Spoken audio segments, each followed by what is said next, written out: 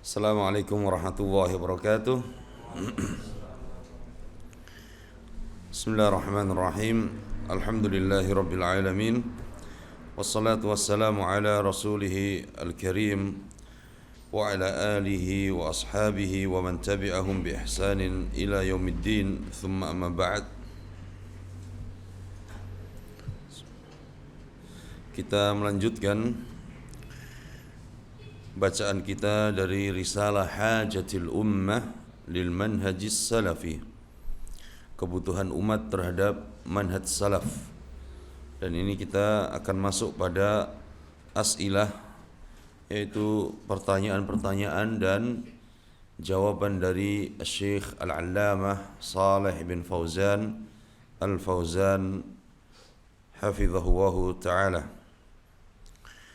Ini ada beberapa pertanyaan yang kemudian dijawab oleh Syekh, dan pertanyaan ini seputar daripada manhaj dan hal-hal yang berhubungan dengan permasalahan hari ini.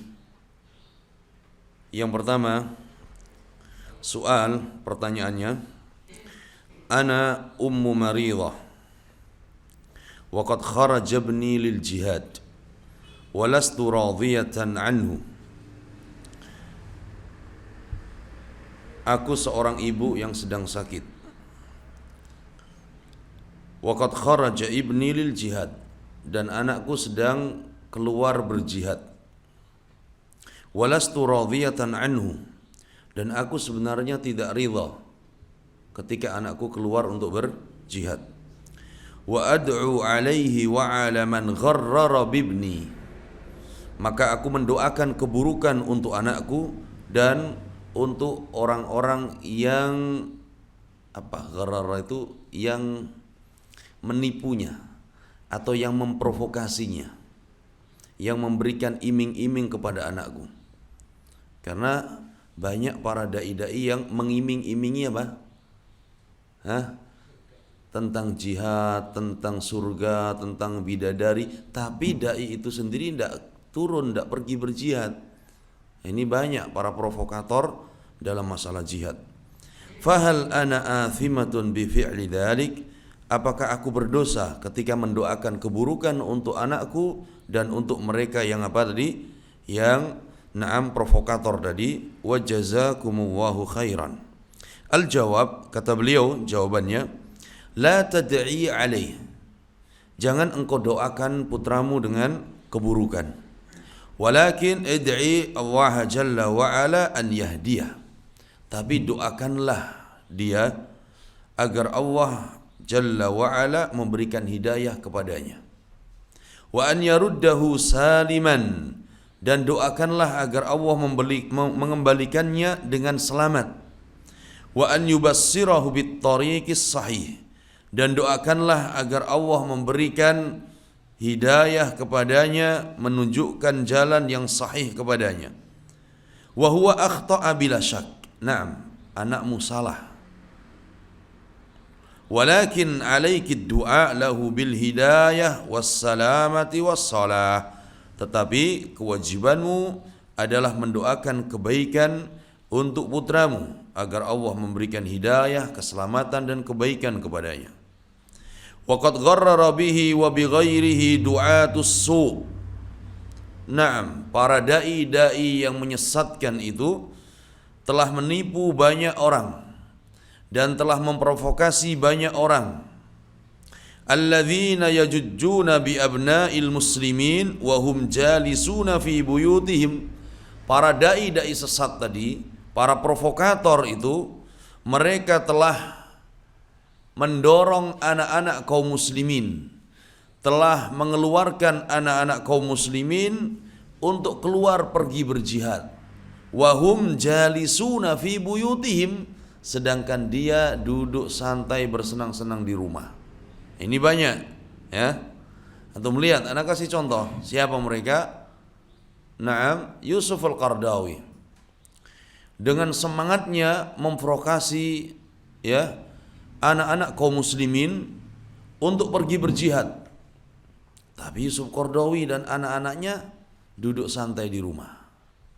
Antum melihat Muhammad Al-Uraifi yang banyak sebagian salafiyin tertipu dengan apa? Dengan zahirnya, tertipu dengan retorika yang dia bawakan di dalam khutbah-khutbahnya. Di dalam banyak khutbah dia menipu dan memberikan iming-iming kepada kaum muslimin untuk berjihad. Tetapi dia duduk bersenang-senang dengan anak-anaknya di rumah. Bahkan dia pergi wisata ke berbagai tempat, ke Eropa, kemana-mana, sedangkan anak-anak kaum muslimin pergi untuk ke berbagai negeri dengan alasan berjihad. Salman Audah, tokoh utama Harokiyin di Saudi, ketika memberikan semangat untuk berjihad kepada kaum muslimin luar biasa dengan berapi-api. Tapi di mana dia berjihad? Di mana anak-anaknya? Tidak ada.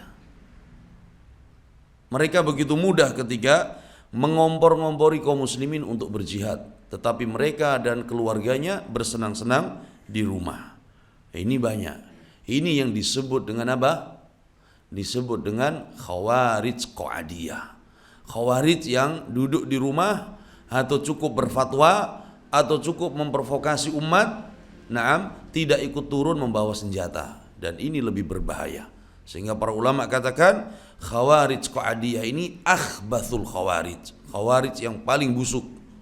Karena tidak mungkin kaum muslimin akan pergi berperang, tidak mungkin kaum muslimin akan jatuh dalam fitnah tersebut kecuali karena ada fatwa-fatwa dan ada provokasi dari para dai-dai yang menyesatkan tadi. Qala wa yantabiqu alaihim qaulullahi ta'ala lima taquluna ma la taf'alun kabura maqtan 'inda Allahi an taqulu ma la taf'alun. Mereka ketika menyerukan jihad kemudian mereka duduk di rumah, padahal jihad yang mereka serukan tadi bukan jihad yang syar'i karena tidak ada izin waliul amri, tidak ada izin dari orang tua. Kemudian mereka menyerukan untuk berjihad, maka ini sesuai dengan firman Allah, lima taquluna ma la taf'alun. Kenapa kalian menyerukan berjihad sedangkan kalian duduk di rumah? Sedangkan kalian bersenang-senang dengan keluarga di rumah. Padahal harusnya mereka terdepan di dalam memimpin jihad tersebut. Ketika mereka mengiming-imingi surga, mengiming-imingi bidadari, bukankah dia juga menginginkan surga dan bidadari? Kenapa tidak memberikan contoh? Dia eman ketika anaknya, gak tega ketika anaknya yang berangkat. Tapi anak kaum muslimin darahnya murah. Anak kaum muslimin, begitu mudah dia keluarkan ke tempat-tempat fitnah tersebut. Maka sungguh besar kemurkaan Allah terhadap orang-orang yang mengatakan tetapi tidak mengerjakannya. Ini maka nasihat Syekh kepada orang tua tadi, yang mungkin jelas orang tua tidak ridha kepergian anaknya, agar mendoakan dengan kebaikan agar Allah memberikan hidayah kepadanya. Ini termasuk yang disebutkan para ulama bahwa jihad yang syar'i harus terpenuhi dengan syarat-syarat dan dhawabit yang syar'i. Karena jihad ada jihadud difa', jihad yang mempertahankan negeri kaum muslimin ketika datang musuh-musuh menyerang, maka ini wajib bagi setiap kaum muslimin, wajib bagi setiap muslim untuk membela negerinya, membela agamanya. Adapun jihadut tolab, jihad yang kita harus mendatangi negeri kaum muslimin yang sedang berperang, maka itu tidak wajib bagi setiap muslimin. Akan tetapi wajib bagi mereka yang ada di negeri tersebut untuk membela dirinya, membela negerinya, membela agamanya. Sedangkan kaum muslimin yang di luar negeri tersebut harus terpenuhi syaratnya. Yang pertama izin orang tua, dan yang kedua izin pemerintah. Jika keduanya tidak mengizinkan, maka tidak boleh pergi berperang ke sana. Karena ini syarat utama untuk pergi berjihad, jihadut tolab. Ini yang disebutkan oleh para ulama. Akan tetapi itu tadi karena banyaknya rayuan, banyaknya iming-iming dari para du'atul fitan, sehingga sebagian anak-anak muda atau sebagian kaum muslimin yang mereka lemah iman dan lemah ilmunya, hanya bermodalkan semangat tadi, akhirnya tertipu dan mereka pun akhirnya jatuh di dalam fitnah-fitnah tersebut. Kemudian selanjutnya, pertanyaan selanjutnya, man yaqul innahu la yutlaq ala syakhsin bi'aini innahu minal khawarij illa idza wujidat fihi sifatut takfir faqat fahal hadzal qaul sahih? Syekh, beliau ditanya, ya Syekh, ada sebagian orang yang berpendapat bahwa tidak boleh kita mengatakan dan menghukumi dan memvonis seorang sebagai apa? Sebagai khawarij, kecuali kita dapati bahwa orang itu memiliki sifat takfiri. Apakah ini pendapat benar ya Syekh? Jadi nggak boleh kita menghukumi si fulan atau jamaah fulan khawarij, kecuali harus ada sifat takfir. Jadi harus diketahui dulu bahwa si fulan pernah memvonis orang lain sebagai apa? Kafir, baru boleh dihukumi sebagai kafir, dihukumi sebagai khawarij. Apakah harus demikian? Qal, kata Syekh, jawabannya, madhabul khawarij anwa'. Madhab khawarij itu bermacam-macam. Minhu ma yakunu bil i'tiqadi faqat walau lam yatakallam. Yang pertama, madhab khawarij itu bisa dengan keyakinan meskipun tidak diucapkan. Meskipun tidak diucapkan. Ingat, di dalam hati, nah, ketika mereka mengikuti pendapatnya khawarij, meskipun tidak diucapkan dengan lisannya, maka dihukumi sebagai apa? Khawarij. Nah, ini tapi kita tidak tahu, karena itu tersimpan di dalam hatinya. Nah, fa idza i'taqada anna madhhab al-khawarij sahih. Apabila seorang meyakini bahwa madhab khawarij ada madhab yang sahih, madhab yang benar, fahuwa khariji, maka orang ini adalah khawarij. Walau lam yatakallam bih, meskipun dia tidak apa? Tidak mengucapkan dengan lisannya, tapi dia membenarkan madhab khawarij di dalam hatinya. Dia meyakini kebenaran madhab khawarij, dia membenarkan apa yang dilakukan oleh kelompok-kelompok khawarij. Nah, maka ini dia termasuk khawarij meskipun tidak diucapkan dengan lisannya. Karena ada sebagian orang, oh ya madhab khawarij benar, oh ya apa yang dilakukan khawarij di dalam pemberontakan kepada pemerintah benar, apa yang dilakukan khawarij dalam memvonis takfir orang-orang di luar kelompoknya itu benar. Tapi dia tidak berani mengucapkan dengan lisan, mungkin karena apa? Karena khawatir, takut dengan orang-orang di sekitarnya, atau takut dengan apa? Dengan pemerintah. Tapi dalam hati dia meyakini kebenaran mazhab khawarij, maka dia apa? Khawarij. Qala wa yakunu mazhabul khawarij bil kalam. Yang kedua, mazhab khawarij bisa saja na'am dengan lisan.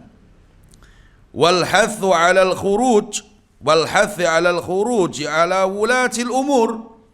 Dengan lisannya dia jatuh di dalam mazhab khawarij. Dia menyuruh dan dia mengajak orang-orang untuk memberontak pemerintah dengan lisannya, maka dia jatuh dalam mazhab khawarij. Dan ini yang banyak terjadi, tanpa mereka sadari atau mereka sadar, mereka jatuh dalam mazhab khawarij dengan lisannya, mencela pemerintah, menghujat pemerintah, menghina pemerintah, bahkan menyerukan dan memprovokasi umat dan rakyat ini untuk memberontak pemerintah. Nah, ini banyak terjadi. Ada yang tidak dengan lisan, tapi dengan tulisan. Dia mungkin diam, tidak ngomong, tapi tulisannya menyebar di mana-mana. Di medsos tulisannya hinaan kepada pemerintah, celaan kepada pemerintah, terus tidak henti-hentinya. Ya, tulisannya tajam kepada pemerintah. Nah, ini seruan-seruan melalui tulisan pun termasuk apa? Dengan lisan. Karena tulisan itu tidak lain adalah apa? Sebenarnya lisan yang bertinta. Ini yang kedua.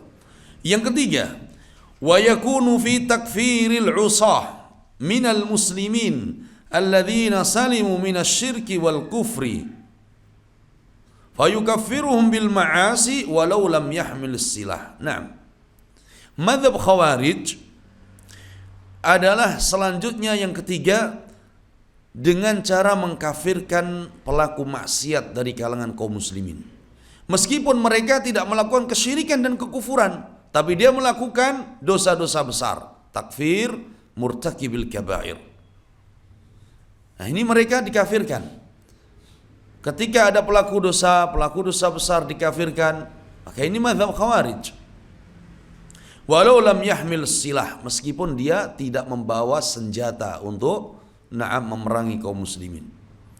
Hadza madzhabul Khawarij. Jadi bisa dengan hati, tapi hati kita tidak tahu. Bainahu wa bainallah, antara dia dengan Allah. Bisa dengan lisan dia jatuh dalam mazhab Khawarij, bisa dengan tulisan dia, atau bisa dengan apa? Mengkafirkan kaum muslimin di luar kelompoknya, kaum muslimin yang melakukan dosa selain dosa syirik dan dosa kufur tadi. Qal hadza min madhhabil Khawarij wa yusamma kharijiyan li madhhabi. Maka ini mazhab Khawarij, dan orang yang demikian dihukumi sebagai Khawarij. Wa idza hamala silah 'alal muslimin, dan apabila membawa senjata untuk menyerang kaum muslimin, fahadha ashaddu fal khuruju anwa, maka ini lebih berbahaya lagi. Jadi dia tidak cukup dengan lisannya, tapi dia juga membawa senjata untuk memerangi kaum muslimin di luar kelompoknya, atau untuk menyerang pemerintah yang sah, maka ini sangat berbahaya. Oleh karena itu, sebagian orang ketika berpendapat bahwa Khawarij itu yang bawa senjata saja, tidak benar. Ya, Khawarij bisa dengan lisannya, bisa dengan tulisannya, bisa dengan hatinya, atau bahkan dengan senjata yang turun ke jalan-jalan, atau yang menyerang kaum muslimin di luar kelompoknya. Maka kita bisa mengetahui betapa banyak orang-orang yang terjangkit virus Khawarij ini dengan tulisan-tulisannya. Mungkin lisannya tidak pernah atau tidak berani dia mengatakan, tapi dengan tulisannya luar biasa, sangat berbahaya.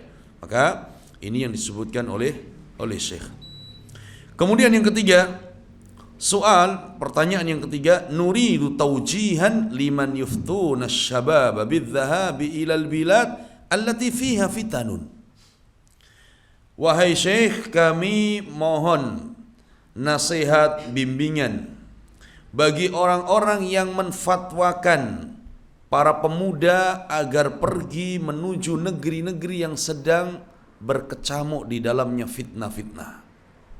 Nah, ini minta nasihat dan bimbingan kepada Syekh bagi orang-orang yang suka berfatwa, memprovokasi kaum muslimin untuk pergi ke negeri-negeri yang sedang terjadi fitnah.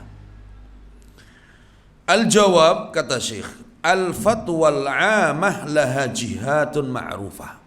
Fatwa yang hubungannya dengan kemaslahatan mudarat kaum muslimin secara umum, maka itu harus dikembalikan kepada lembaga resmi pemerintah, karena mereka yang mengetahui, mereka yang berhak untuk melarang dan berhak untuk memerintahkan.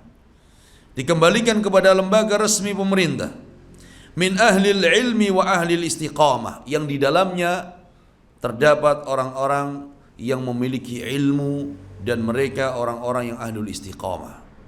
Lembaga fatwa milik pemerintah yang di dalamnya terdapat ulama yang benar, yang terdapat ahlul istiqamah. Fala ya'maluna bi kulli fatwa, maka tidak boleh semua omongan dan fatwa itu diambil. Tidak boleh semua fatwa diambil dari si fulan, dari allan. Wala bi qauli kulli muftin, tidak semua ucapan mufti, ucapan orang yang berfatwa itu diambil. Sekarang orang muda ambil fatwa di internet, ambil fatwa di YouTube, tidak tahu siapa yang berfatwa, tidak kenal siapa yang berfatwa tadi. Yang penting apa? Dikatakan Ustadz fulan, Syekh fulan, kemudian diambil fatwanya. Padahal dia tidak tahu siapa hakikat Syekh fulan, Ustadz fulan tersebut. Qala wallahu jalla wa ala qala, sedangkan Allah jalla wa ala telah firmankan, fas'alu ahla dzikri in kuntum la ta'lamun. Tanyakan kepada ahlu dzikri, tanyakan kepada ahlul ilmi jika kalian tidak mengetahui. Terlebih ini permasalahan umat yang besar. Falaisa kullun yus'al. Tidak semua orang itu ditanya. Tidak semua yang berjenggot ustaz. Tidak semua yang bicara di depan langsung ditanya. Tidak semua yang naik mimbar diminta fatwanya, enggak. Qal wa kullun yufti, dan tidak semua harus berfatwa. Sebagian kaum muslimin tidak bisa membedakan mana ulama, mana khutaba, mana ulama, dan mana orang-orang yang memang dia hanya cukup berkhutbah saja. Karena tidak semuanya khutbah itu harus apa? Harus ulama atau harus berfatwa. Ini beda. Apalagi tidak membedakan mana ulama, mana khutbah, mana mufakkir, yang dikatakan sebagai mufakkir atau dikatakan sebagai mutsaqqaf. Harus dibedakan. Ya. Qal li anna hadha yusabbib fawdha. Karena kalau setiap orang diminta fatwa, maka ini menjadikan sebab fawdha, kekacauan di tengah umat. Wa ammal masail al-fardiyah fasahibuha yas'al anha man yathiqu bi ilmihi wa taqwah wa ya'malu bi qawli. Adapun urusan pribadi, urusan yang tidak menyangkut urusan umat secara umum, maka silahkan bertanya kepada orang yang sudah dipercaya keilmuannya, kepada orang yang dipercaya ketakwaannya, orang yang dipercaya manhajnya, silahkan ditanya.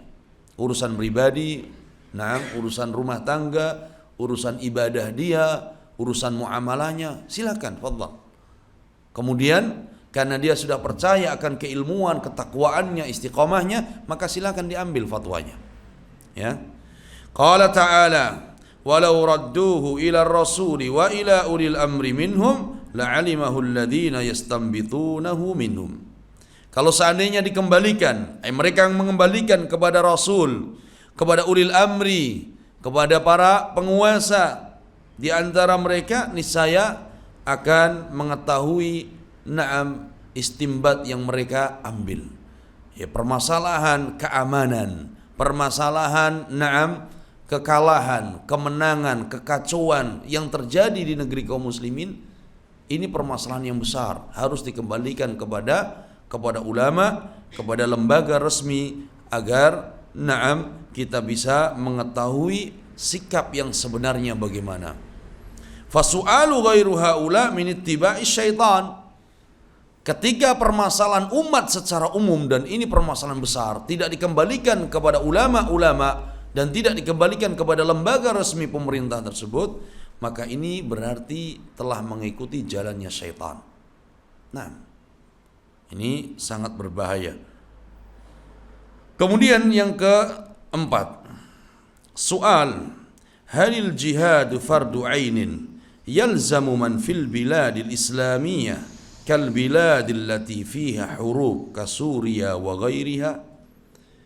Apakah jihad merupakan fardu ain, wajib bagi setiap muslim, wajib bagi setiap muslim untuk berjihad di negeri-negeri Islam seperti negeri Suria yang sedang terjadi peperangan?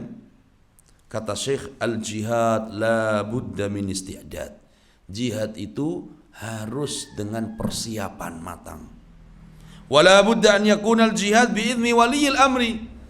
Dan jihad itu harus dengan izin pemerintah. Ya. Tidak hanya bermodalkan semangat saja.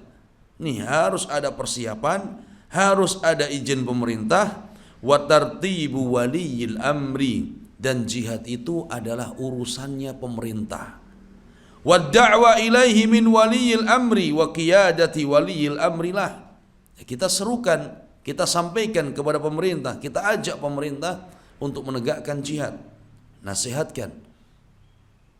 Ketika mereka menerima nasihat atau ketika mereka mengizinkan untuk berjihad, maka dipersilahkan.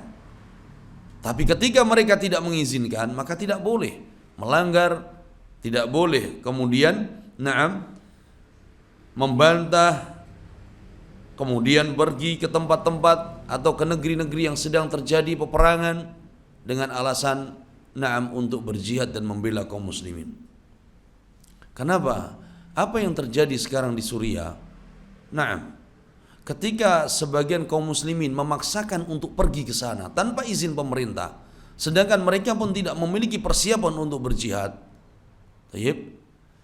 Kemudian mereka datang ke negeri sana, apa yang terjadi? Yang ada malah merepotkan. Mereka tidak tahu mana musuh yang sebenarnya. Mereka tidak tahu mana kelompok yang sebenarnya, yang di atas al-haq. Karena terjadi fitnah. Kemudian mereka belum bisa mengangkat senjata, belum tahu medannya, belum lagi cuacanya yang berbeda. Yang ada malah merepotkan orang. Ini yang terjadi. Ini yang terjadi.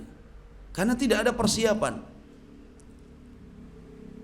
Qal au inabah man yakhudu niyabatan an waliyil amri.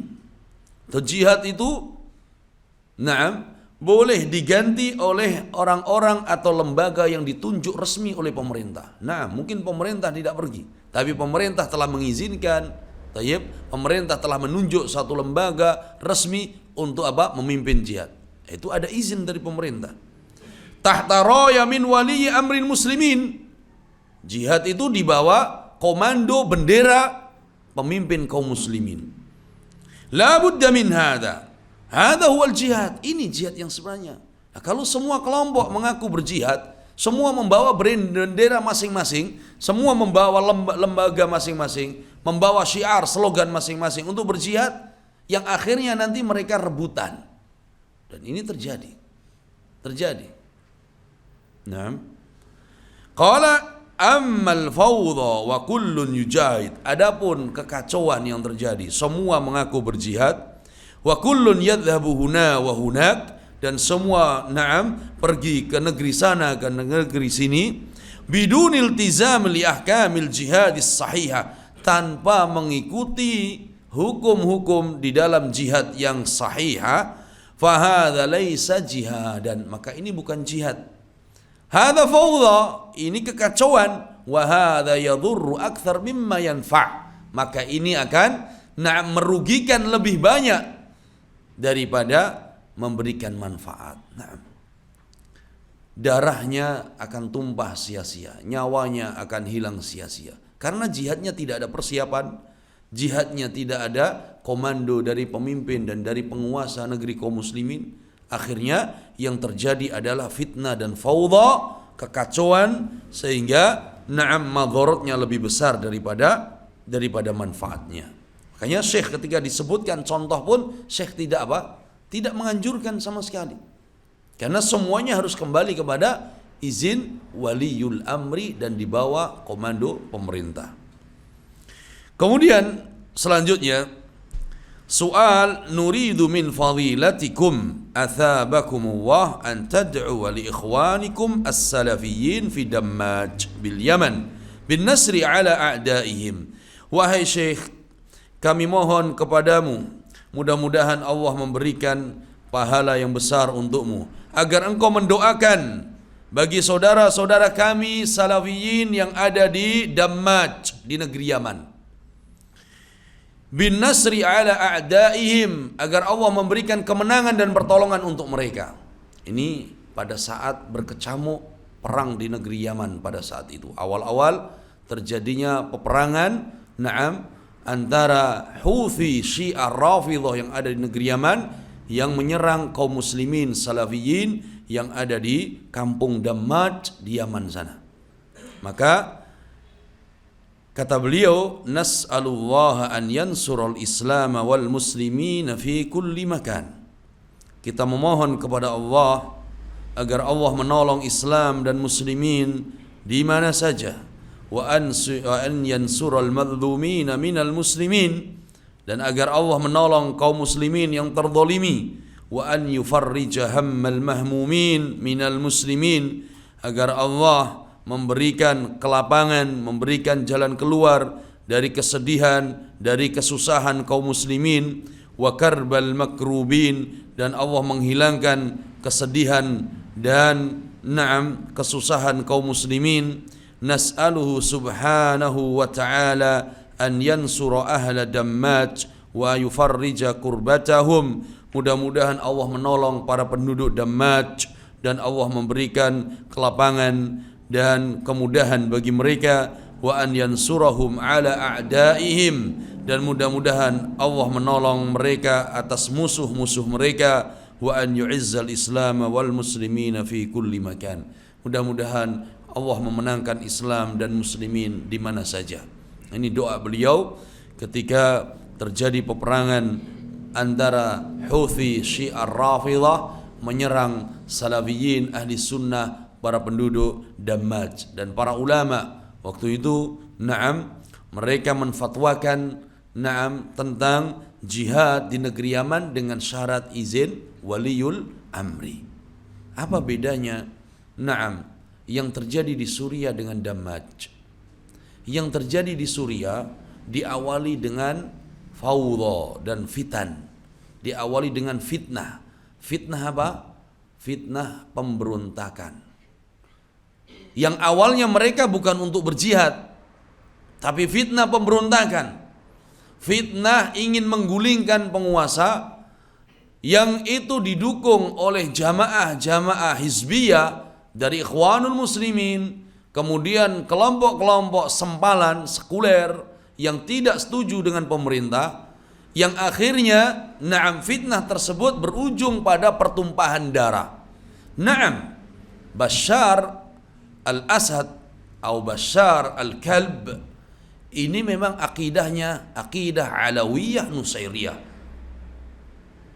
Yang Syiahnya Syiah Alawiyah Nusairiyah, meyakini bahwa Ali adalah wujud Tuhan di muka bumi. Kekufurannya luar biasa. Tetapi para ulama dari dulu telah mengingatkan, ketika kaum muslimin tidak memiliki persiapan, tidak memiliki kekuatan untuk bisa menggantikan Bashar al-Kalb ini dengan pemimpin yang lebih baik, maka bersabar. Karena kalau tidak, pertumpahan darah dan nyawa akan melayang. Tetapi ketika mereka diingatkan bahwa itu fitnah, mereka tidak mau. Mereka menghukumi apa? Oh, ini ulama tidak tahu waqi', tidak mengerti fikul waqi'. Ulama tidak berhak berfatwa tentang masalah jihad atau tidak jihad. Mereka para ulama penjilat pemerintah dan sebagainya, celaan-celaan. Padahal ulama mengingatkan akan terjadi fitnah, ini fitnah. Tapi mereka tidak. Terus apa yang terjadi? Akhirnya tumpah darah kaum muslimin. Fitnah. Apa yang terjadi sekarang? Penyesalan. Penyesalan. Itulah ketika ulama berbicara, menyampaikan bahwa ini fitnah, maka para juhala mereka akan tertipu dengan fitnah tersebut. Tapi ketika fitnah ini sudah melanda negeri kaum muslimin, sudah menghancurkan negeri kaum muslimin, sudah menghilangkan keamanan kaum muslimin, apa yang terjadi? Mereka baru menyesal. Penyesalan. Ini yang terjadi. Apa yang bisa kita lakukan sekarang? Kita bisa berdoa, mendoakan mereka. Kita bisa membantu dengan harta kita. Tapi untuk fisik, maka itu harus ada izin dengan apa? Izin dari waliul amri. Harus ada izin pemerintah. Bukan seperti sebagian mereka yang mau berjihad, dibangun di atas kedustaan. Lihat, buat paspor, izinnya kemana? Wisata ke Turki. Dari Turki baru masuk sembunyi-sembunyi. Padahal nggak tahu medan, nyampe sana malah merepotkan. Ini yang terjadi. Apa yang nyampe sana? Berjihad lah. Ada yang izinnya, kemana? Masuk ke negeri-negeri yang berdekatan dengan Suriah, ke Yordan, kemana? Setelah itu baru masuk perbatasan-perbatasan. Wah, apa yang terjadi? Sebagian menyesal karena tertipu dengan godaan-godaan tadi. Maka ini yang diingatkan oleh Syekh. Adapun di Yaman jelas musuh utama, dan pada saat itu pun pemerintah Yaman mendukung untuk masalah jihad di Yaman. Sehingga pemerintah kaum muslimin, baik yang ada di Mamlakah, baik yang ada di Khalij, Dubai atau negeri Imarat, Mesir, beberapa negara kaum muslimin mereka bersatu untuk menolong negeri Yaman pada saat itu. Dan sampai hari ini yang membedakan. Sehingga jihad mereka ada kesepakatan dari pemerintah-pemerintah kaum muslimin dan dibimbing langsung oleh ulama-ulama kaum muslimin. Maka ini yang membedakan.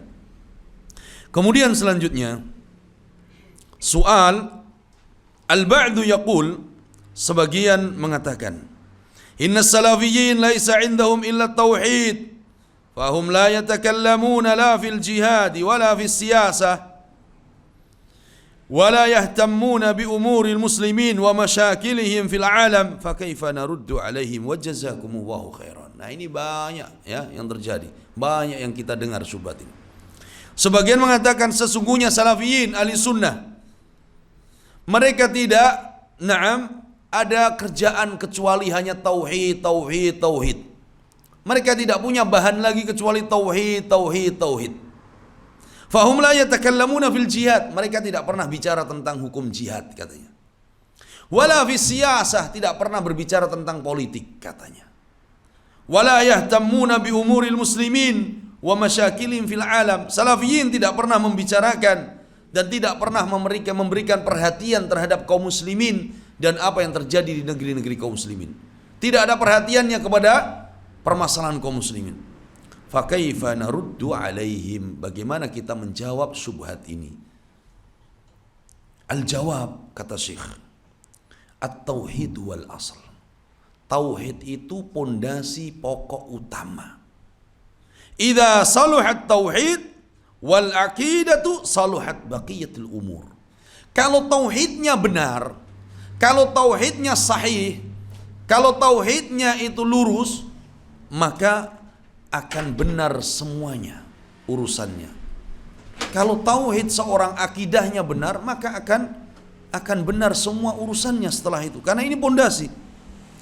Amma idza ikhtallat tauhid falaysa fi baqiyatil umur faidah. Tapi sebaliknya, kalau tauhidnya bobrok, akidahnya bobrok, maka urusan-urusan yang lainnya tidak berfaedah. Urusan-urusan yang lainnya pun akan rusak. Karena ini pondasi. Tauhid pondasi seperti bangunan. Kalau pondasinya kuat, kokoh, maka bangunannya pun akan kuat. Tapi kalau pondasinya ini lemah, pondasinya ini rontok, pondasinya tidak kuat, maka bangunannya akan mudah hancur. Qal wa huwa tariqun najah. Maka tauhid ini pondasi dan inilah jalan keselamatan. Wala yuktasar ala tadrisi tauhid. Memang benar, tidak hanya tauhid yang diajarkan. Wa yudarras kalamul ulama, kalamu ahli ilmi fi sa'iril qal, walakin yubda'u bihi wa yuhtamu bihi. Naam, tidak hanya tauhid yang diajarkan, tapi tauhid menjadi apa? Tema utama yang harus diajarkan. Menjadi perkara utama yang harus banyak diperhatikan. Tauhid bukan satu-satunya yang diajarkan dalam dakwah salafiyah. Tetapi ini menjadi tema utama, kajian utama, perhatian utama yang harus didakwahkan. Wa yudarras ma'ul fikih, tapi fikih juga diajarkan. Fikih diajarkan. Wa tudarras sunnah, sunnah-sunnah juga diajarkan. Wa yudarrasu kalamu ahli ilmi fi sairil ulumin nafi'ah. Bahkan ilmu-ilmu yang dituliskan ulama dalam berbagai bidang ilmu diajarkan. Ada tafsir, ada hadis, bahkan pelajaran-pelajaran lughah, nahwu, ada pelajaran apalagi usul fiqih diajarkan. Diajarkan. Bukan hanya tauhid saja, bukan. Kalau tauhid saja bagaimana kita bisa sholat? Bagaimana kita bisa puasa, bisa zakat, bisa bermuamalah? Semua diajarkan. Qal ma qulna innahu la yudarras ila tauhid. Kata Syekh, kami tidak pernah mengatakan bahwa jangan diajarkan kecuali tauhid saja, enggak. Walidalik tajiduna manahijal madaris fiha tauhid wa fiha al-fiqh wal hadith. Oleh karena itu Anda bisa melihat, kata Syekh, di sekolahan-sekolahan, di masjid-masjid, di kampus-kampus diajarkan berbagai cabang ilmu. ada tauhid, ada fikih, ada hadis, wa fiha hatta al-jughrafiyya wal hisab. Bahkan pelajaran geografi diajarkan. Bahkan pelajaran matematika diajarkan, Laisa hunaka mani, tidak ada larangan. Dan ulama pun menulis cabang-cabang ilmu tersebut. Walakin yubda bit tauhid. Syekh mengingatkan, tapi tetap diawali dengan pelajaran tauhid. Wa yahtammu bit tauhid, perhatian kepada tauhid lebih besar karena ini pondasi. Wal umurul 'amah al-madhkura fi as-su'al yurja fiha ila al-jihadil mukhtassah bin nadhari fi qadayal muslimin. Dan perkara-perkara yang itu umum mencakup urusan umat ini, seperti di dalam pertanyaan tadi, urusan politik, urusan keamanan, urusan-urusan seperti jihad, kembalikan kepada lembaga resmi pemerintah kaum muslimin yang menangani urusan kaum muslimin. Wala yurja'u fiha ila man habba waddab, dan tidak boleh dikembalikan kepada setiap orang atau semua orang yang penting dia terlihat istiqamah. La, banyak orang terlihat istiqamah zahirnya tapi dia jahil, tidak punya ilmu. Ya, maka dikembalikan kepada lembaga resmi pemerintah kaum muslimin yang di dalamnya ada ulama ahlul istiqamah. Ini yang diingatkan Syekh. Para ulama berbicara tentang jihad. Para ulama berbicara tentang politik. Lihat di dalam kitab-kitab mereka. Para ulama salafiyin dari zaman dulu sampai hari ini berbicara tentang jihad. Tapi jihad yang mereka bicarakan, jihad yang mereka tuliskan di dalam karya-karya mereka atau di dalam kajian-kajian mereka, jihad yang syar'i, yang dibangun di atas dalil. Kitab-kitab hadis, Kutubus Sittah, Sahih Bukhari, Sahih Muslim, Sunan Abi Dawud, Sunan Tirmidzi, Sunan Nasa'i, Sunan Ibnu Majah, ada bab jihad di sana. Para ulama berbicara dan menjelaskan hadis-hadis tentang jihad dari zaman dulu sampai hari ini. Sampai hari ini Syekh Abdul Muhsin Al-Abbad hafizahullah, selesai Kutubus Sittah, beliau ajarkan semuanya di Masjid Nabawi puluhan tahun. Sekarang beliau mulai lagi dengan kitab Al-Muwatta' lil Imam Malik. Dalam kitab-kitab tersebut ada bab jihad dan dijelaskan oleh para ulama. Syekh Ibnu Utsaimin, beliau mensyarah kitab Sahih Bukhari dan Sahih Muslim dan selesai dan sudah dicetak. Dan di sana ada bab jihad. Ada bab tentang masalah politik. Permasalahan-permasalahan ammah yang hubungannya dengan para pemimpin dan penguasa dijelaskan oleh beliau. Para ulama-ulama yang lainnya, Syekh bin Baz, Syekh Ibnu Utsaimin, Syekh Shalih Al-Fauzan, ketika mereka mensyarah dan menjelaskan kitab Bulughil Maram, sana ada bab jihad dan sudah dicetak kitab-kitabnya. Ya, belum lagi ulama-ulama yang menulis kitab khusus tentang jihad. Kitab-kitab khusus tentang jihad. Para ulama-ulama kita menulis sampai hari ini. Di kajian-kajian mereka dijelaskan, tapi jihad yang syar'i mereka jelaskan. Ya. Nah, adapun orang yang mengatakan bahwa salafiyin tidak pernah bicara tentang jihad, yang mereka mau jihad adalah apa? Jihad memberontak pemimpin yang zalim. Jihad ya ngebom di mana-mana. Jihad memerangi orang-orang yang tidak berhak untuk diperangi. Ada turis harus dibunuh. Ada tempat-tempat maksiat harus dibom. Ada masjid-masjid pemerintah dihancurkan. Itu yang mereka mau. Dan ini tidak dibenarkan. Indonesia bukan negeri jihad. Dalam artian adalah jihad apa? Dengan fisik dan senjata. Jihad. Jihad bitalabil ilmi. Jihad dengan belajar. Jihad dengan membela syariat dan membela sunnah. Melawan siapa? Ahlul bidah. Jihad. Kayak para ulama mengatakan adzabbu anis sunnah minal jihadi fi sabilillah. Membela sunnah Nabi adalah termasuk daripada jihad. Bahkan kita datang ke tempat majelis ilmu pun ini sedang apa? Berjihad. Oleh karena itu Al-Imam Al-Qayyim rahimahullah, beliau mengatakan bahwa al-jihadu bil hujjati wal burhan muqaddamun 'alal jihadi bisayfi wassinan. Jihad dengan ilmu dan hujjah itu lebih dikedepankan daripada jihad dengan senjata dan tombak. Karena dengan ilmu tidak semua orang bisa berjihad, harus punya ilmu dulu. Makanya harus belajar. Jihad dengan pedang, dengan senjata, semua orang mungkin bisa. Sekali diajarkan dia bisa untuk menggunakan senjata tersebut. Tetapi jihad dengan ilmu wal hujjah wal burhan ini butuh dengan jihad, butuh dengan belajar. Ya. Para ulama menulis kitab, antum bisa lihat, antum bisa baca kitab-kitab para ulama. Syekh Abdul Salam Suhaimi hafizahullah taala, guru besar di Jami'ah Islamiyah, bertulis kitab khusus 1 jilid tentang al-jihad, ahkamul jihad. Syekh Hamad ibn Ibrahim Al-Uthman, ulama salafi yang ada di Kuwait, beliau tulis kitab khusus 1 jilid tentang hukum jihad. Syekh Dr. Sa'id bin Ali bin Wahab Al-Qahtani, penulis kitab Hisnul Muslim, beliau punya risalah khusus tentang jihad dan menjelaskan tentang hukum-hukum tentang jihad dengan perinci. Ulama-ulama menulis khusus. Syekh Dr. Abdul Aziz Rais Ar-Rais nulis risalah khusus tentang jihad dan diberi kata pengantar oleh Syekh Shalih Al-Fauzan. Para ulama banyak menulis tentang jihad-jihad. Syekh Abdul Muhsin Al-Manif, beliau guru besar di Jami'ah Islamiyah, tulis kitab tebal khusus tentang masalah jihad. Itu jihad-jihad yang syar'i yang bersumberkan dari Al-Quran dan Sunnah dan bimbingan para ulama. Nah, mereka harokiyun, hizbiyun, nulis kitab-kitab tentang jihad.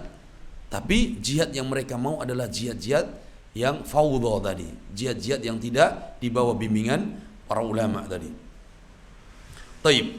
Kemudian selanjutnya, soal, ba'dun nas yaqulun bijawazi akhdil ilmi 'anil asy'ariyah minal ulama kan Nawawi wa Ibnu Hajar rahimahumullah. Faqad kana 'indahuma fil aqidati syai' min aqidatil asy'ariyah. Fama sihhatu hadzal qaul?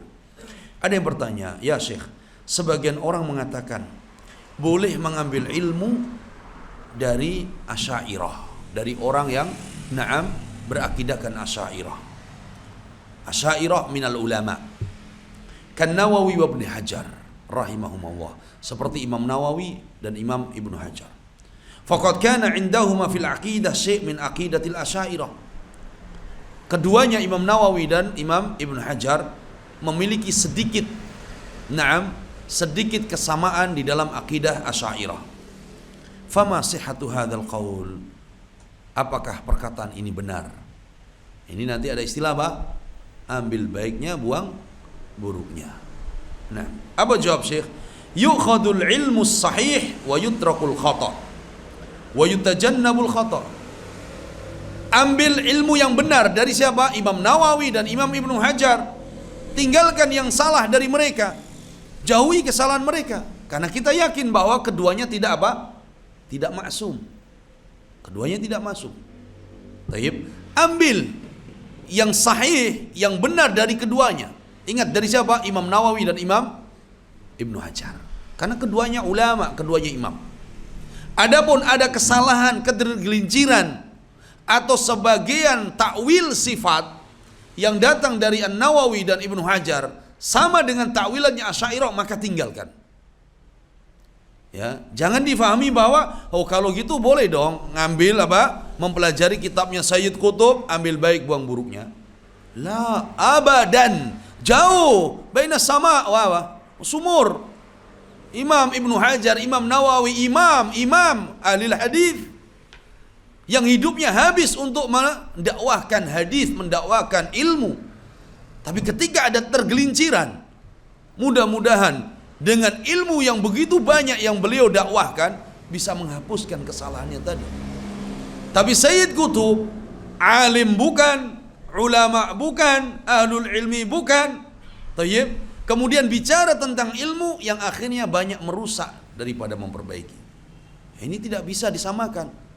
Ya. Tidak bisa dikiaskan. Kalau begitu boleh ambil dari tokoh-tokoh, mereka tokoh-tokoh hizbiyin, harokiyin lah.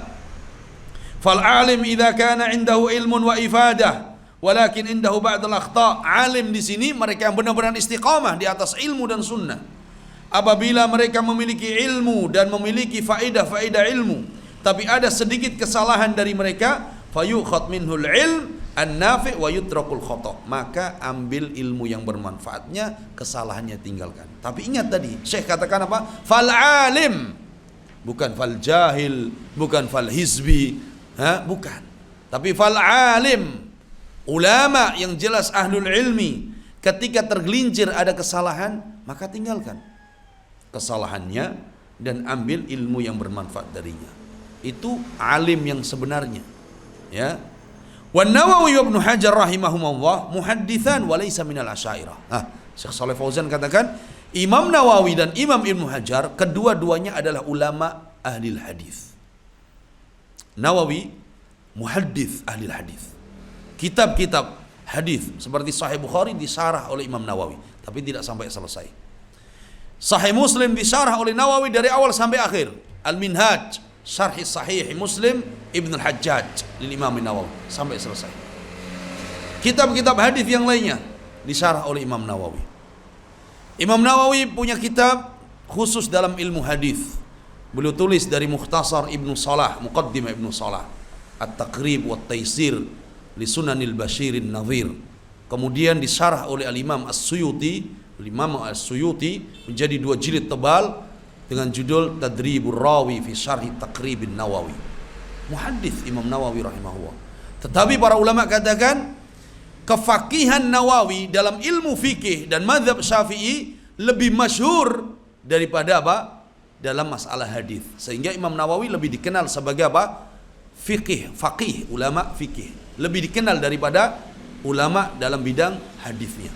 Tetapi Imam Nawawi menjamak, mengumpulkan berbagai cabang ilmu, terutama ilmu hadis dan fikih. Tetapi dalam fikihnya lebih dikenal, ya, dan sangat masyhur dalam fikih mazhab Syafi'i, I'anatut Talibin, Minhajut Talibin, karangan Imam Nawawi. Al-Muhadzab syarhu, atau Al-Majmu' syarhu ala Al-Muhadzab, syarhu ala Al-Muhadzab Lisyirazi, Imam Nawawi rahimahullah taala. Ibnu Hajar, faqih, muhaddits, tapi lebih dikenal dalam ilmu hadisnya, lebih unggul, lebih dikenal di kalangan kaum muslimin. Syarah Sahih Bukhari ditulis oleh Al-Imam Ibnu Hajar Al-Asqalani. 25 tahun beliau menghabiskan untuk mensyarah Sahih Bukhari. Kitab-kitab hadis yang lainnya, kitab-kitab ilmu hadis, ilmu rijal, tarikh ruwah, Ibnu Hajar rahimahullah Amirul Mukminin dalam ilmu hadis. Beliau mengatakan walaysa minal asy'ariyah, dan kedua ulama ini bukan dari kalangan Asy'ariyah. Ya. Wa in waqa'a fi kalamihim ba'd ta'wilat. Meskipun pada sebagian ucapan Imam Nawawi atau sebagian tafsiran Ibnu Hajar, jatuh ada kesamaan dengan takwilannya Asy'ariyah. Fahiya akhta'un juz'iyah. Maka ini kesalahan apa? Yang sangat sedikit dari kebaikan dan ilmu-ilmu Al-Imam An-Nawawi dan Ibnu Hajar. Ingat, ini ulama, berbeda dengan mereka tadi, para hizbiyun dan harakiyun. Jangan dikiaskan dengan mereka. Jangan dikiaskan dengan mereka, sangat jauh. Nah, ketika orang-orang yang terjangkit virus al-muwazanah, mereka akan mengiaskan tadi virus muwazanah. Dikiaskan bahwa kalau begitu boleh ambil baik buang buruknya dari hizbiyin, dari harakiyin. Tayyib, sebagaimana kita mengambil dari Nawawi, beda jauh sekali. Kalau Nawawi dan Ibnu Hajar, qasdunya, niatnya jelas, membela hadis, membela ilmu, membela sunnah, habis umurnya untuk itu. Para hizbiyun, harakiyun, tujuannya apa? Untuk membela partainya, membela jamaahnya, untuk membela kekuasaannya, untuk merebutkan kursi-kursi dan jabatannya. Wahakata. Ini sangat jauh sekali. Nah, soal, hal man khalafana fi manhajis salaf yu'tabar min ahli al-bid'ah am yakhruj min musamma ahli sunnah am huwa khilaf la yukhrijuh min musamma ahli sunnah? Apakah orang yang menyelisihi kita di dalam manhaj salaf maka dianggap sebagai ahlul bid'ah, atau keluar dari ahli sunnah, atau perbedaan tersebut orang-orang yang berbeda dengan kita di dalam manhaj salaf ini, tidak keluar dari penamaan sebagai ahli sunnah?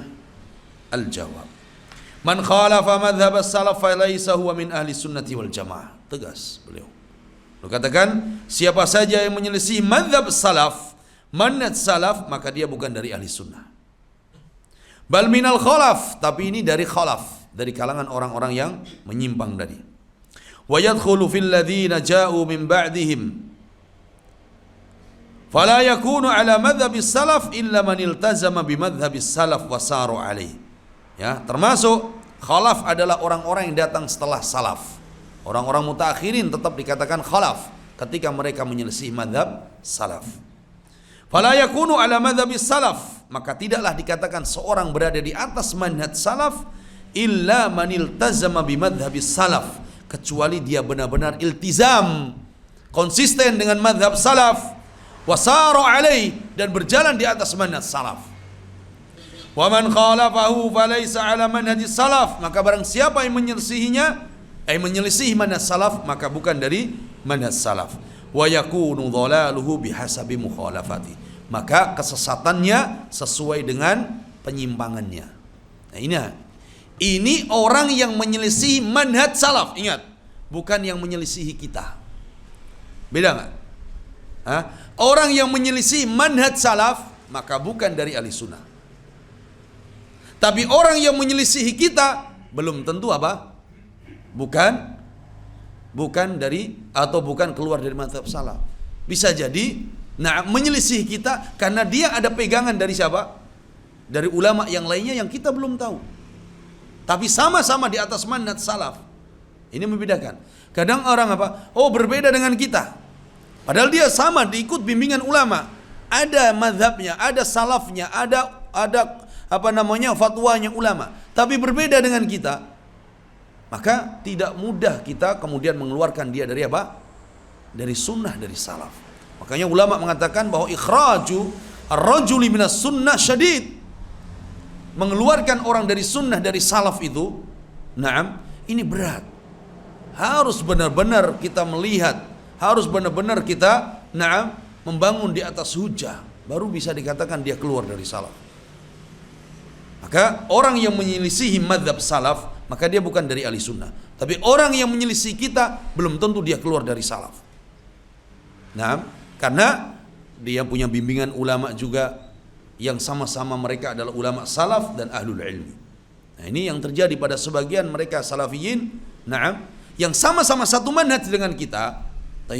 Tapi ketika ada perbedaan dengan kita menyelisih mereka dalam beberapa masail, kemudian mereka mudah mengeluarkan kita dari dari salaf. Padahal perselisihan, perbedaan di antara mereka dengan kita tadi, yang kita disatukan di atas manhaj salaf ini, perbedaannya dalam masalah ijtihadiyah. Tapi mereka susah untuk menerima masalah ijtihadiyah tadi. Pokoknya yang tidak sama dengan mereka, maka bukan salafi. Ini tidak benar. Oleh karena itu kita disatukan di atas manhaj salaf. Ketika ada menyelisih manhaj salaf, maka dia bukan ahli sunnah. Tapi ketika ada orang yang menyelisih kita, di dalam perkara-perkara yang itu bisa dari masalah ijtihadiyah, maka tidak kita bermudah-mudahan mengeluarkan orang tersebut dari mazhab salaf. Oleh karena itu kata Syekh, kalau dia menyelisih manhaj salaf, yakunu dhalaluhu bihasabi mukhalafati, maka dia berada di atas kesesatan, dan kesesatannya sesuai dengan penyimpangan dan perselisihannya. Fannasu yatafawatuna fil mukhalafat, maka manusia itu berbeda-beda tingkatannya di dalam menyelisihi manhaj salaf. Falikullin hukmuh, maka setiap mereka memiliki hukum yang berbeda-beda. Ada yang menyelisih manhaj salaf dalam masalah juz'iyah yang tidak sampai mengeluarkan. Ada yang menyelisih dalam prinsip yang jelas dia keluar. Wahakadha. Kemudian pertanyaannya, ahsanallahu ilaikum samahatus syekh, nahnu fi biladin afriqiyah hakimuna muslim wad daulah la tutabbiqus syariah wa nahnu nara al-bay'a was-sam'a wat-ta'a lil hakim wa yujad man yansibu nafsahu lis-sunnah yu'ibunana wa yaghmazuna bi ahli al-bay'ah aw at-ta'ifati al-bay'ah fama nasihatukum lana. Ini pertanyaan ini meskipun menceritakan kondisi di negeri sebagian negeri Afrika, tapi pertanyaan ini sebenarnya hampir sama dengan kondisi pada sebagian negeri kaum muslimin atau di negeri kita. Pertanyaannya, kami di negeri Afrika, salah satu negeri Afrika, hakimuna muslim, presiden kami muslim, wad daulah la tutabbiqus syariah, tetapi di negeri kami tidak ditegakkan syariat, hukum-hukum syariat tidak ditegakkan.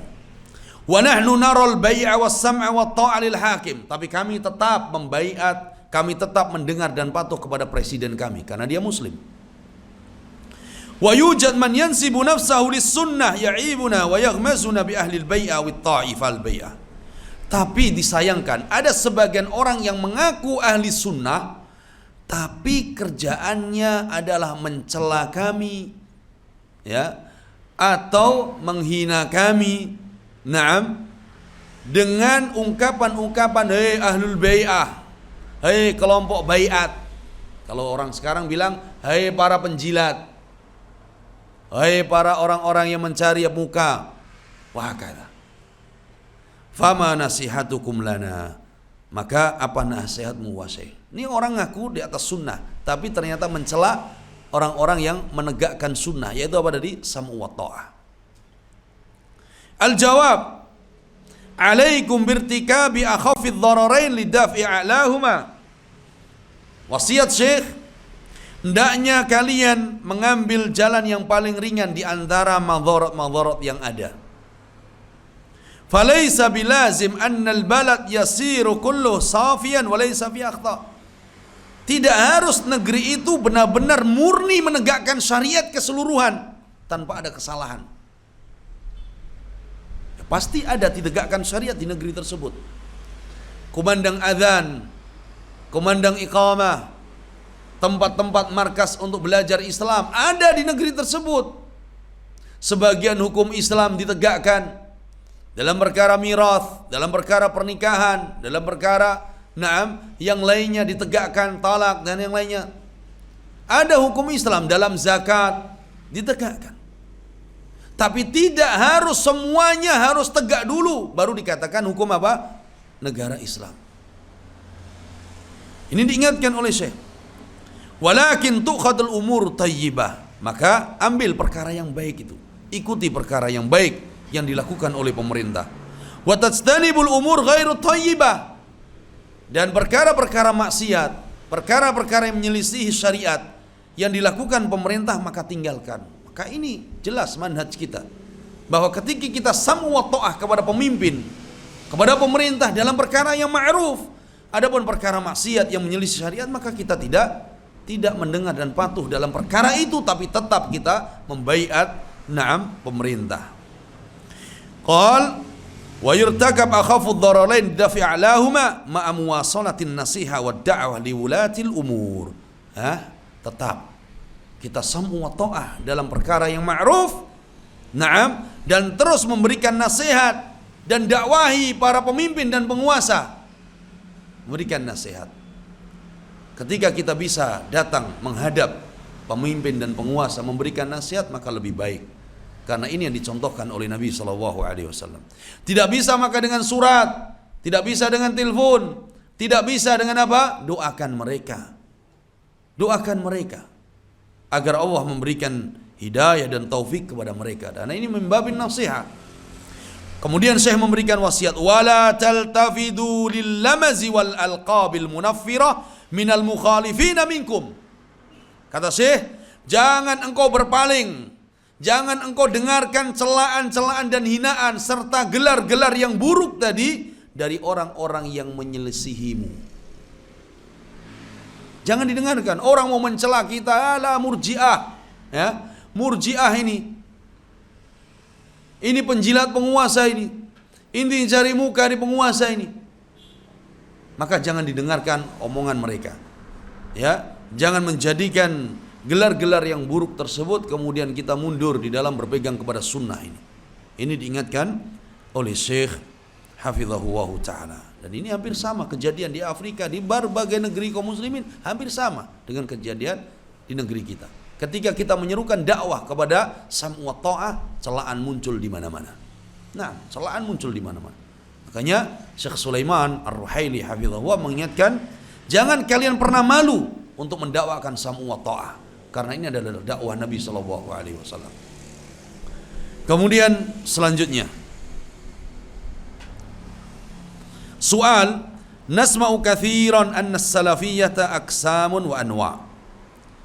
Minha al-jihadiyyah wal ilmiyyah wal usuliyyah, fama huwa as-sahih?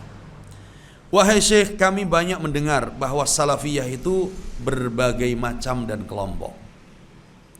Ada salafiyah jihadiyah, ada salafiyah ilmiyah, ada salafiyah usuliyah, fama huwa sahih? Ini pernah ditulis oleh beberapa tokoh Ikhwanul Muslimin dan orang-orang yang terjangkit virus Ikhwan Muslimin. Mereka mengkelompok-kelompokkan salafiyah. Anda pernah baca, ada buku kecil tipis, lupa nama judulnya. Dulu, udah lama, udah mungkin 15 tahun yang lalu. Ada buku tipis kecil tulisan tokoh Ikhwan Muslimin menjelaskan bahwa salafiyah ada 3 tadi. Jihadiyah, ilmiyah, usuliyah. Salafi jihadi itu seperti salafi-salafi yang ada di Pakistan, yang ada di Afghanistan. Yang mereka pada saat itu ya berjihad di Afgan. Salafiyah al-ilmiyah, mereka menggambarkan bahwa ini seperti mereka yang ada di negeri Saudi dan sekitarnya, disibukkan dengan ilmu-ilmu saja. Salafiyah usuliyah ini dinisbatkan kepada jamaah salafiyah atau para salafiyin yang ada di Yaman dan yang ada di Yordan, para murid-murid Syekh Al-Albani dan madrasahnya Syekh Muqbil rahimahullah. Jadi mereka mengelompokkan demikian. Ini sering terdengar demikian. Bahkan mereka orang-orang kelompok takfiri jihadi pun mereka mengaku apa? Jamaah salafiyah jihadiyah. Mereka membawa nama salafi. Al-jawab, kullu hadha khata', kata Syekh. Tak benar itu semua. Was-salafiyah la tataqassam, hiya ma sara alaihi Rasul sallallahu alaihi wasallam wa ashabuh fil aqidah wal muamalah wa fil akhlaq wa fi sairi umuri din. Hadhihi as-salafiyah.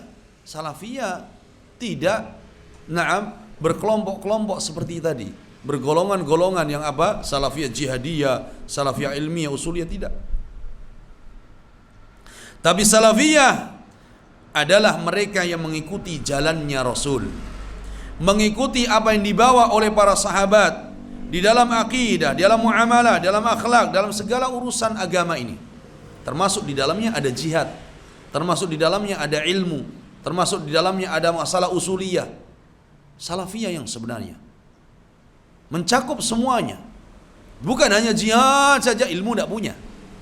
Bukan ilmu saja, tidak amalan. Bukan.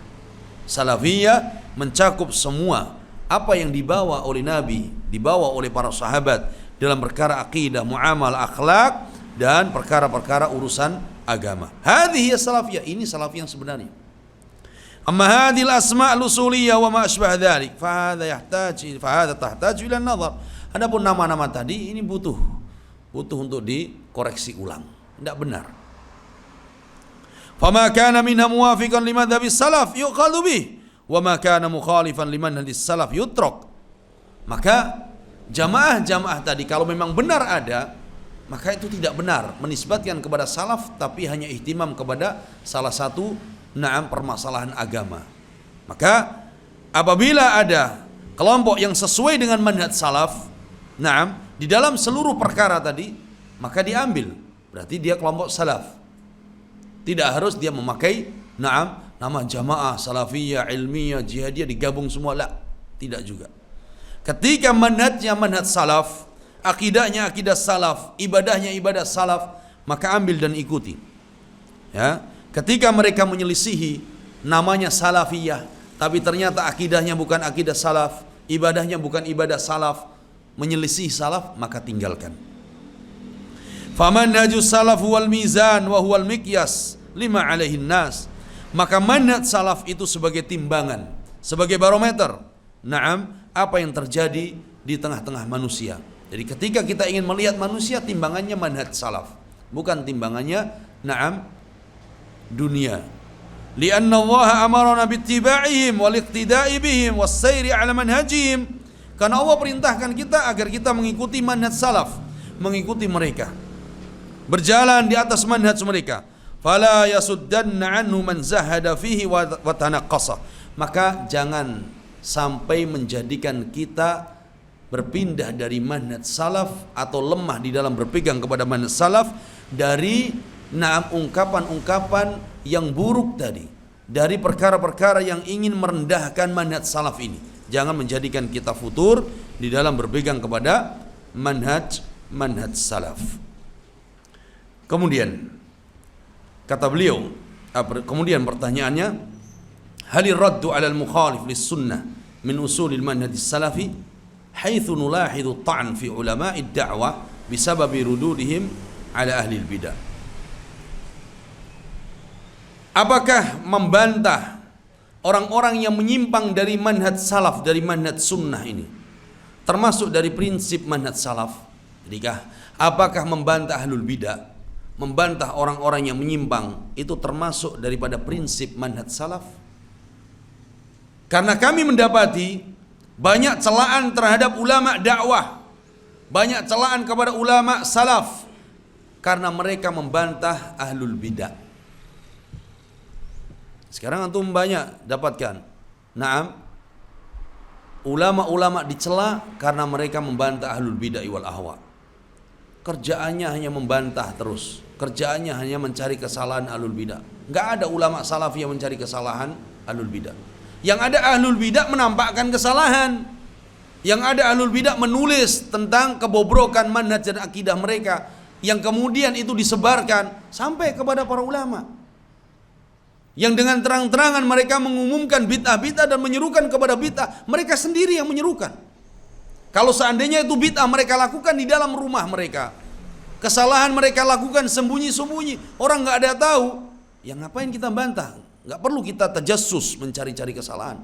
Tapi ketika kesalahan bid'ah-bid'ah dia umumkan di khalayak ramai, dia tuliskan, di mana-mana, di buku-buku atau di media-media, maka wajib ahlul ilmi untuk membantah mereka. Pertama sebagai nasihat bagi mereka tadi, sebagai nasihat. Yang kedua, nasihat bagi umat ini agar tidak terjerumus pada kesalahan tersebut. Ini termasuk manhaj salaf. Ya, kata Syekh, ar-raddu ala ahli al-batil idza kana min ahli al-ilmi fa hadha haq. Membantah kepada ahlul batil, ahlul bidah, ahlul ahwa, kalau itu yang melakukan adalah ulama, ahlul ilmi, maka ini benar, karena tugas mereka. Wallahu jalla wa ala radda ala al-musyrikin wal munafiqin. Karena Allah banyak membantah orang-orang musyrik dan orang-orang munafik di dalam Al-Quran. Wa ala al-yahudi wan nasara wal firaqidh dhalah. Dan Allah juga membantah Yahud wan Nasara dan juga kelompok-kelompok yang sesat di dalam Al-Quran. Banyak bantahan-bantahan tersebut dalam Al-Quran. Orang munafik, orang musyrik, orang-orang Yahudi wan Nasara dibantah oleh Allah Azza wa Jalla di dalam Al-Quran. War Rasul radda alaihim, Rasul juga membantah orang-orang musyrik, orang-orang Yahudi wan Nasara. Wal ulama raddu ala ahli dhalal, para ulama terdahulu dari kalangan para sahabat, para a'immatul arba'ah, sampai hari ini mereka terus membantah orang-orang yang sesat lagi menyesatkan. La budda minar radd, membantah mereka itu harus. Fala yatabayyan al-haqqu illa biraddil batil, maka al-haq tidak akan nampak kecuali dengan membantah kebatilan. Fahada syai'un daruri, ini perkara daruri yang harus dilakukan. Walakin laisa kullun yarud. Nah, ini yang perlu dicatat. Tetapi tidak semua orang harus ikut membantah. Ya. Tidak semua orang harus ikut bicara. Tidak semua orang harus ikut menulis. Fala yaruddu illa ahlul ilmi. Karena tugas membantah ahlul bid'ah wal ahwa ini adalah tugasnya ulama dan ahlul ilmi. Alladzina ya'rifuna kaifa yaruddun wa yadbituna al-kalam. Karena ulama tahu bagaimana cara membantah, mematahkan hujah-hujah mereka. Bagaimana mengatur kata-kata biar mudah diterima oleh mereka.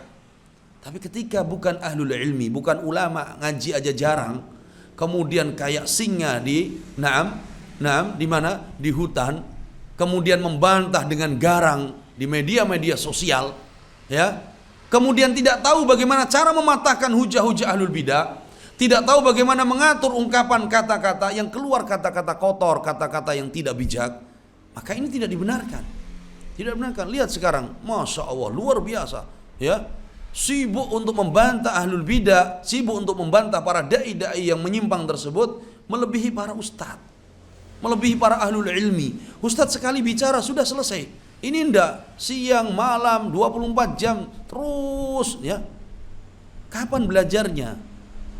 Hadir di majelis ilmu tidak mau, tapi mau membantah. Hasil bantahannya pun hasil otodidak.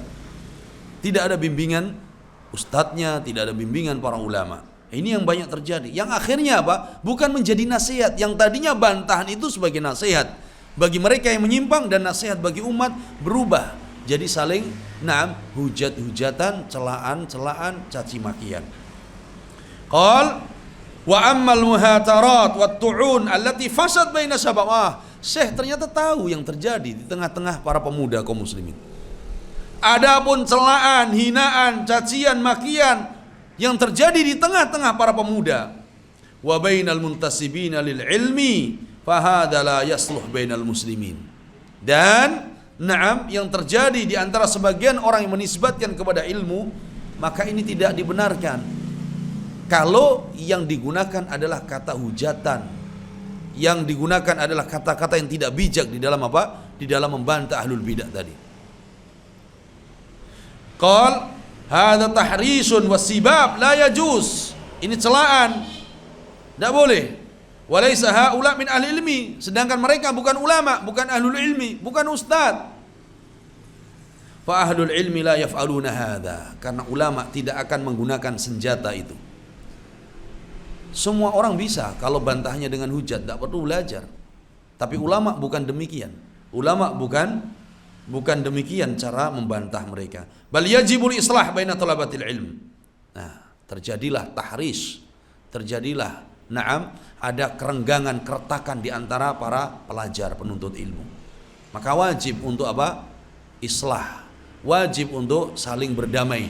Kalau sama-sama di atas manhaj yang sahih, sama-sama di atas akidah yang sahihah, kemudian terjadi perselisihan di antara mereka, kembalikan kepada ulama, kembalikan kepada ahlul ilmi, kembalikan kepada mereka, dan harus ada islah.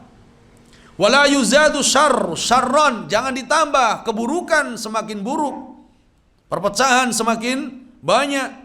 Wala yufajjirul khilaf bainal muslimin, dan jangan membuat perpecahan di tengah-tengah kaum muslimin. Qala ta'ala wala takunu kalladzina tafarraqu wakhtalafu min ba'di ma ja'ahumul bayyinat wa ulaika lahum adzabun adzim. Jangan kalian menjadi seperti orang-orang yang berpecah belah, yang suka berselisih setelah datang kepada mereka bayyinat, yaitu ahlul kitab. Setelah datang kepada mereka alkitab, mereka berselisih, berpecah belah. Wa ulaika lahum adzabun adzim, maka bagi mereka adalah azab yang berat. Ini yang diingatkan oleh Syekh hafizahullah taala, bahwa membantah ahlul batil, membantah ahlul bidah, ini termasuk manhaj salaf. Ada salafnya, ada salafnya. Di dalam Al-Quran, di dalam hadis Nabi, para ulama, ya, Al-Imam Ahmad rahimahullah tulis kitab khusus Ar-Raddu 'alal Jahmiyah Al-Mu'attilah, bantahan kepada kelompok Jahmiyah Mu'attilah. Al-Imam Ibnu Qayyim rahimahullah punya kitab As-Sawa'iq Al-Mursalah 'alal Jahmiyatil Mu'attilah, bantahan-bantahan. Syekhul Islam Ibnu Taimiyah tulis banyak kitab untuk bantahan, Raddu 'ala Al-Bakri dan yang lain-lainnya. Para ulama terus. Syekh Bakar ibn Abdullah Abu Zaid rahimahullah, penulis kitab Hilyatu Talibul Ilmi, beliau tulis kitab khusus yang berjudul Ar-Raddu 'alal Mukhalif min Usulil Islam. Membantah orang-orang yang menyimpang adalah termasuk dari prinsip Islam. Bahkan Syekhul Islam Ibnu Taimiyah mengatakan ar-raddu 'ala ahlil bid'ah minal jihad fi sabilillah. Membantah ahlul bidah adalah jihad fi sabilillah. Nah, jihad fi sabilillah. Tapi tadi siapa? Tugasnya siapa? Harus bagaimana? Tugasnya ulama, tugasnya ahlul ilmi yang harus dibangun di atas ilmu, yang mereka bisa mengatur kata-kata, bisa mengatur dalil untuk mematahkan hujah-hujah ahlul bidah. Ya, ini diingatkan oleh Syekh rahimahullah hafizahullah taala. Kemudian selanjutnya, soal, idza kharaja waqtu shalah wa lam usalli bisababi syughli ashghalani duna an antabi li waqtiha fama hukmu dzalik.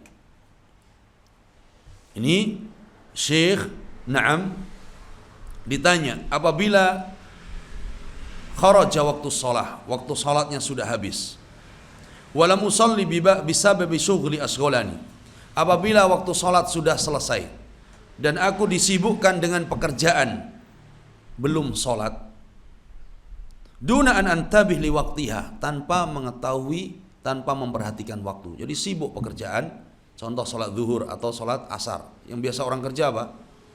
Zuhur, zuhur. Sibuk kerja, saking menikmati pekerjaannya, sampai tidak ingat waktu salat.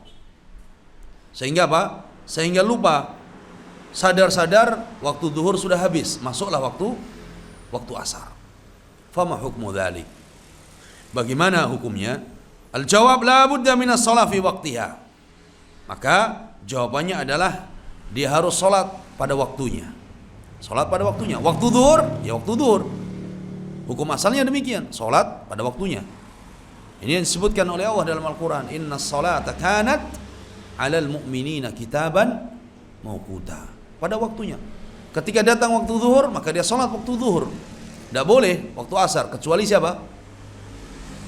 Kecuali siapa yang boleh salat waktu asar? Musafir, atau karena ada sebab udzur syar'i. Udzur syar'i mungkin dia sakit, maka dia jamak dengan asarnya. Atau siapa? Wanita yang sudah bersih dari haid, menurut sebagian ulama, menurut sebagian mazhab, ketika wanita haid atau nifas dan dia bersih pada saat waktu asar, maka dia menjamak dengan salat apa? Salat zuhur. Tapi mereka yang ada kesehatan, ada kesempatan, dan mereka tadi yang tidak ada udzur syar'i tadi, maka harus salat pada waktunya. Zuhur, maka zuhur. Fa idza nasitaha aw nimta anha fabadir bi qadha'iha.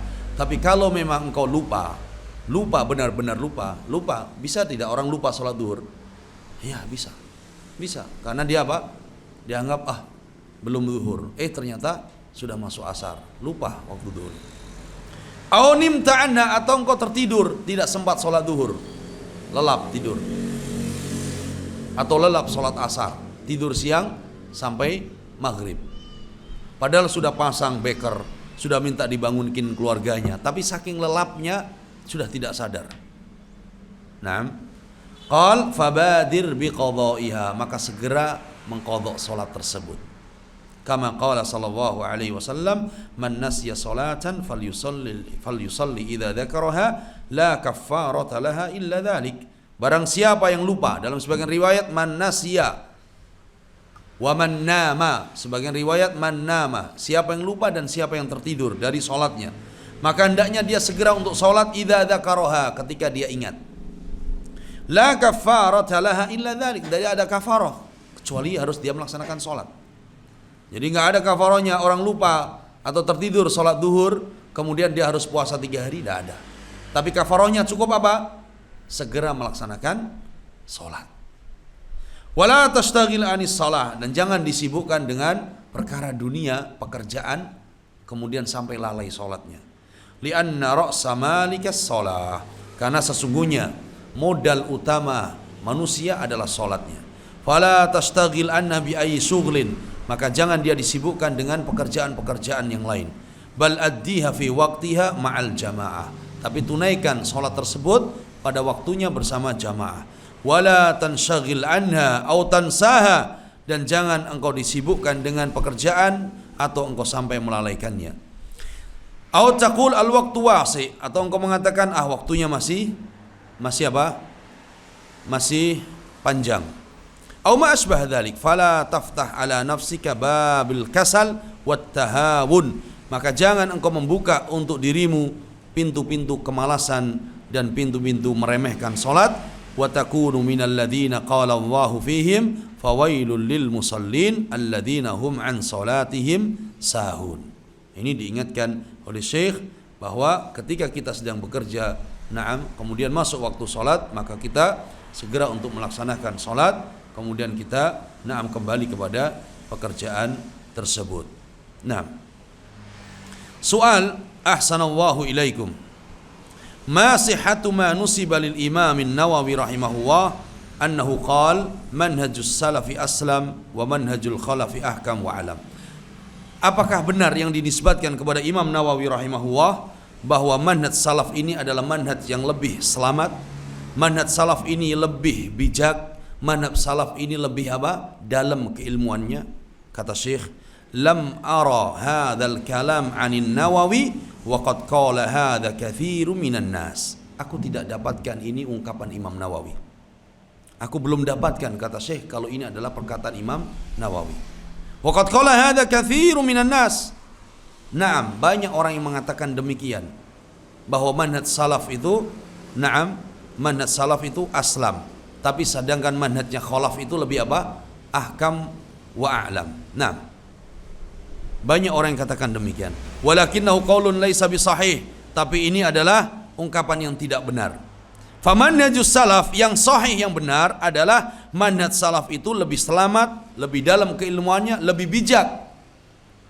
Fa kaifa yakunu aslam? Karena bagaimana dikatakan manhaj salaf itu aslam wa huwa ghairu ahkam wa ghairu a'lam.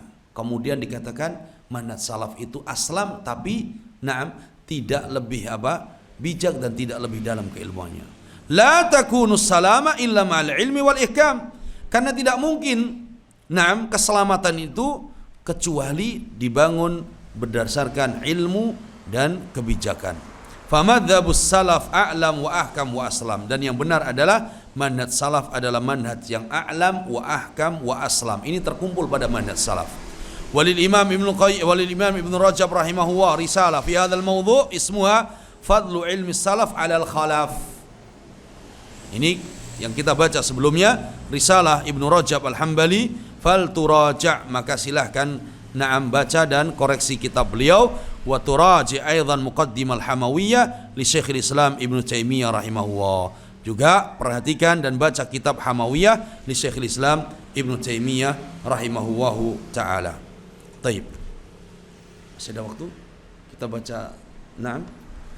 Gimana? Teman-teman gimana? Ikut. Atau kalau enggak kita baca satu lagi pertanyaan ini, kemudian nanti mudah-mudahan kalau ada waktu lagi kita lanjutkan na'am dari soal-soal ini. Ini soal penting. Ahsanallahu ilaikum. Hal minas salafiyah iqamatul ahzab lil wusuli lil hukmi? Pertanyaan, apakah termasuk manhaj salaf mendirikan partai agar bisa sampai kepada apa? Hukum. Maksudnya hukum apa? Sampai kepada parlemen dan bisa menegakkan hukum? La, kata Syekh. La. Bukan dari manhaj salaf. Laisa hadha min manhajil Islam, dan ini bukan dari manhaj Islam, yaitu menegakkan dan mendirikan partai. Al-hukmu yakumu 'alal bai'ah lil imami minal ulama. Adapun manhaj salaf adalah membaiat pemimpin dan ulama. Maksudnya apa? Membaiat pemimpin, na'am, pemimpin yang menguasai negeri tersebut, menjadi penguasa negeri tersebut, imam dari kalangan ulama, tayyib, dan imam dari kalangan ahlul halli wal aqd. Karena ada pemimpin yang mengurusi urusan pemerintahan, kemudian ulama yang dijadikan sebagai apa? Sebagai penasihat para pemimpin yang mereka benar-benar istiqamah di atas ilmu dan akidah, maka itu yang dibaiat karena mereka adalah penguasa. Wal baqiyatu taba'un lahum. Adapun yang lain, na'am, mengikuti baqiyatur ra'iyah taba' li ahli ilmi wa li ahli halli wal aqd. Rakyat mengikuti ulamanya, rakyat mengikuti pemimpinnya. Ulama yang mereka benar-benar di atas ilmu dan istiqamah. Qala Allah Subhanahu wa ta'ala, wa idza ja'ahum amrun minal amni awil khaufi adza'u bi. Apabila datang berita kepada mereka, datang berita kepada orang-orang munafik, nah, baik itu berita kemenangan atau berita kekalahan, mereka bersegera untuk menyebarkan. Nah, kalau ada berita-berita yang itu tentang umum, tentang negeri kaum muslimin, tentang rakyat, tentang umat ini, maka jangan mudah untuk menyebarkan. Diperiksa dulu kebenarannya dan serahkan kepada ahlinya. Ya, karena ini urusan umat. Serahkan kepada ulama, serahkan kepada pemerintah. Yalu kaunahu bi alsinatin fil majalis. Mereka dengan mudah menyebarkan berita-berita tentang urusan umat ini di tengah-tengah majlis. Wa kullun yuqaddim hululan. La, semua ingin memberikan solusi. Tidak. Semua ingin memberikan solusi, tidak benar. Hadza la yasluh. Ini tidak benar. Yuraddu ila ahli, kembalikan kepada ahlinya. Siapa ahlinya? Walau radduhu ila rasuli wa ila ulil amri minkum. Kalau dikembalikan kepada rasul, ulama, ya, kembalikan kepada siapa? Ulil amri, para penguasa.